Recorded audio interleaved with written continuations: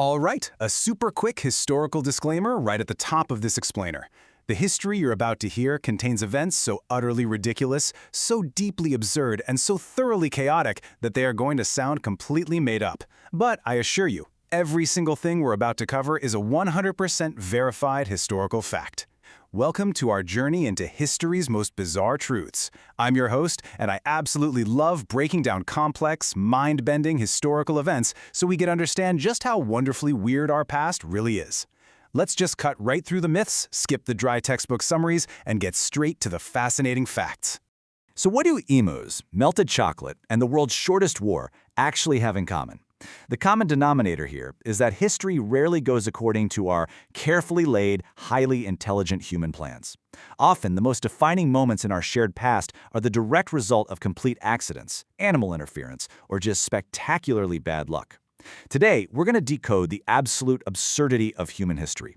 By the end of this explainer, you're going to see the world, your kitchen appliances, and maybe even your pets in a completely different light.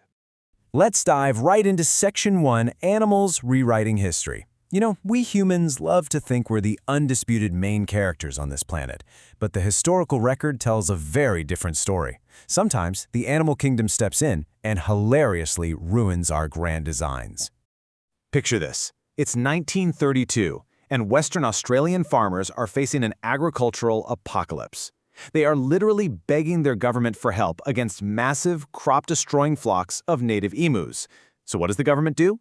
They actually deploy the Royal Australian Artillery armed with Lewis machine guns and 10,000 rounds of heavy ammunition. It was a formally declared war. But instead of an easy victory, the emus proved to be tactical geniuses.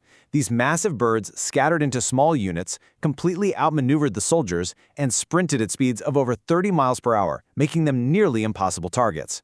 After a month of utterly wasting ammunition and suffering total humiliation, the Australian Army gave up. They officially surrendered to flightless birds. Yep, the emus won the Great Emu War. Now, to ground this absurdity in our everyday language, let's look at the word quarantine. It comes directly from the 14th century Venetian word quarantina, which simply translates to 40 days. During the terrifying, mysterious spread of the Black Death, the city of Venice forced incoming ships to isolate at anchor for 40 days before anyone could step foot on land. This was early humanity desperately trying to fight back against the devastating biological threat they couldn't physically see or fully understand. But as we'll see, human intervention, even with the best intentions, often makes things so much worse. Case in point, in 1233, Pope Gregory IX issued an official decree linking domestic cats to Satan, which essentially ordered a massive extermination of felines across Europe. The intended religious result was to eradicate what the church believed were Satan's minions, but the actual disaster was purely biological. By purging the cats, local rat populations multiplied completely unchecked. And what do millions of rats carry on their backs? The very fleas that spread the Black Death. A holy decree meant to cleanse the land ended up having devastatingly unholy, fatal consequences for millions. Talk about a butterfly effect. And humans rarely have the control they think they do, even the most powerful humans to ever live. Which brings us to 1807.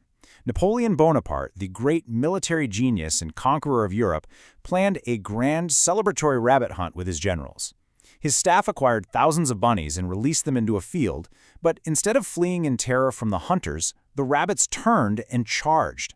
Why? Because the staff had secretly bought tame, domesticated farm rabbits, and those rabbits thought the Emperor of the French was just there to feed them. They swarmed his legs, climbed up his iconic jacket, and completely overwhelmed his party. Napoleon Bonaparte was utterly defeated and forced into a frantic, tactical retreat to his carriage by a fuzzy stampede expecting a snack. You truly cannot make this up. Which brings us to Section 2, Accidental Inventions and Breakthroughs. If that last section showed us that nature is wildly unpredictable, this next one proves that human progress is often just a series of incredibly lucky mistakes.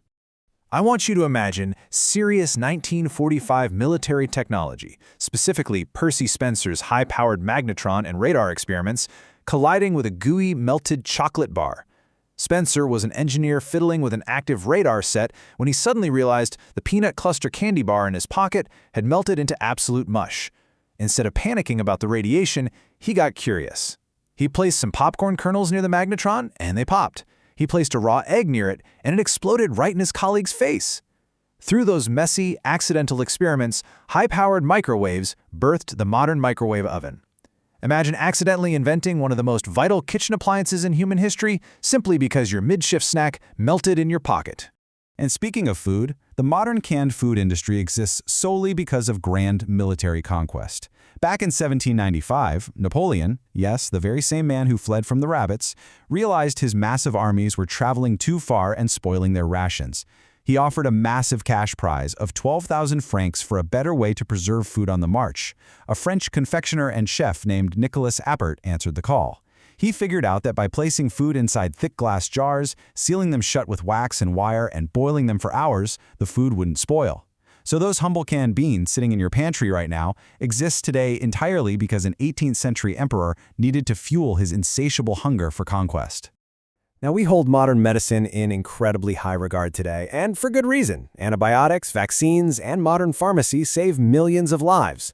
But in the 1830s, medical science was a bit more, let's say, experimental.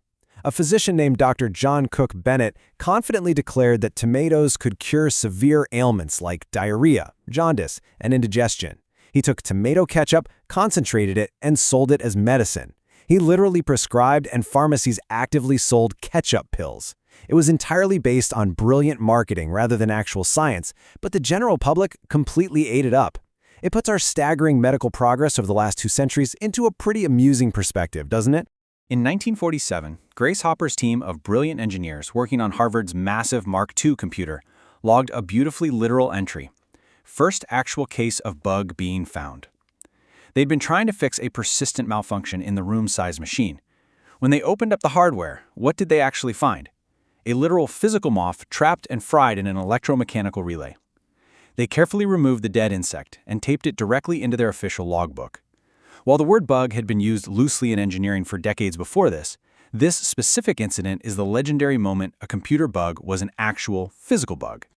Moving right along to Section 3, Bizarre Rulers and Regimes. We're shifting focus to the sheer chaos of historical leadership, because as history repeatedly proves to us, absolute power almost always results in absolute weirdness. Think about this for a second. Cleopatra was born in 69 BC.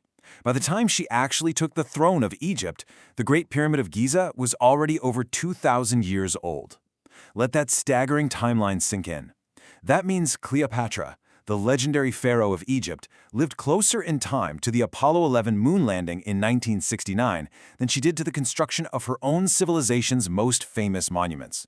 Ancient Egypt wasn't just ancient to us, it was unimaginably ancient even to the ancient Egyptians themselves.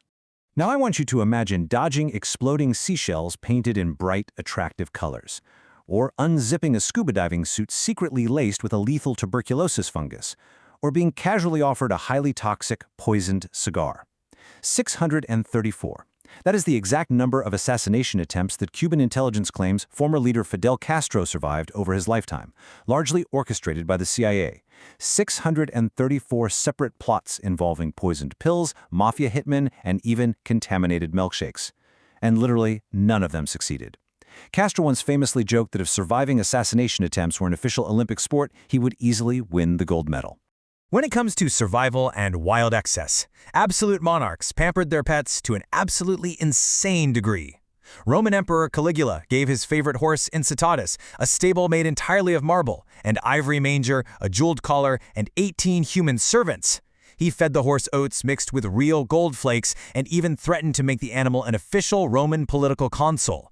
Centuries later across the continent, England's King Henry VIII commissioned his royal armorer to build a custom, fully functional, bespoke suit of spiked steel armor just for his hunting dog.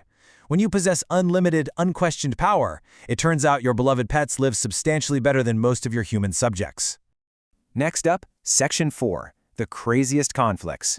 If you think Hollywood movie scripts are overly dramatic, they have absolutely nothing on the terrifying, chaotic, and sometimes incredibly brief reality of historical warfare. 38. That is the exact number of minutes the 1896 Anglo-Zanzibar War lasted. The British Empire issued an ultimatum to the newly self-appointed Sultan of Zanzibar to step down. He stubbornly refused, barricading himself inside his palace. At 9:02 a.m. sharp, the heavily armed British cruisers in the harbor opened fire on the Sultan's wooden ships and the palace artillery. By 9:40 a.m., the palace flag was shot down and the conflict was entirely over. The entirety of the Anglo-Zanzibar War was literally shorter than a single episode of your favorite television sitcom. But warfare isn't just about speed, it's about chaotic, dizzying diplomacy. On September 8, 1944, due to a massive, complicated shift in power and hasty alliances during World War II, the nation of Bulgaria found itself in a uniquely terrible position. For a brief period, they were officially at war with the USA, the UK, the invading Soviet Union, and their former ally, Nazi Germany, all at the exact same time. Through a series of diplomatic blunders and invasions, they accidentally picked a fight with the entire neighborhood, standing completely alone against both the mighty Axis and Allied giants for one very stressful day in human history. And then there's Arthur Priest. He was a ship stoker. He worked deep down in the fiery, sweltering belly of massive steamships shoveling coal, a terrifying place where survival rates during a maritime disaster are incredibly low. Yet, miraculously, he survived a violent crash on the Asturias in 1908. Then he transferred to the Olympic, which crashed in 1911. He survived that too. He then took a job on the Titanic and survived its infamous sinking in the freezing Atlantic in 1912. And if that wasn't enough psychological terror for one lifetime, he survived the sinking of the Britannic in 1916. This one man, who earned the incredible nickname the Unsinkable Stoker, lived through history's most famous maritime disasters in perfect chronological order. Unbelievable. Our final section, History's Greatest Mysteries, Lost to Time. We're going to move incredibly fast here because history is frantic. Ready? Go. Strasbourg, France, 1518. Frau Troffea steps into the street. She starts dancing, uncontrollably. She literally cannot stop. Within a month, 400 people joined her, non-stop dancing. Authorities completely panic. They ban music. Doesn't help. They actually build a wooden stage to let them just dance it out. It only makes it worse. 2 full months of relentless, exhausting, breathless dancing, and then it just stops. Mysteriously, evaporates. Was it mass hysteria? Was it a toxic fungus in the bread? We have absolutely no idea. Like I said, history is wild, fast, and entirely unpredictable. And that breathless unpredictability perfectly sets up this staggering number, 97%. Humans, in our modern anatomical form, have existed on this planet for roughly 200,000 years. But written history, the very first cuneiform etched into clay tablets, that only covers the last 6,000 years. That means a mind-bending 97% of our human story is completely lost to time.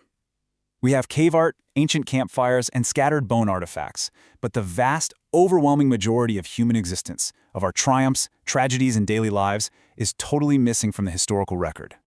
Which brings us to a final, pretty provocative question to end this explainer. If 97% of our story is completely missing, how many other unbelievable truths are lost to time forever? How many more absurd animal wars, accidental world-changing inventions, and bizarre dancing plagues happened in the vast shadows of prehistory that we will simply never get to read about? The history we know is weird, but the history we don't know is boundless. I want you to take that thought with you today. Thank you so much for diving into this explainer with me. Keep asking questions, keep looking past the myths, and never stop exploring the bizarre truths of our world.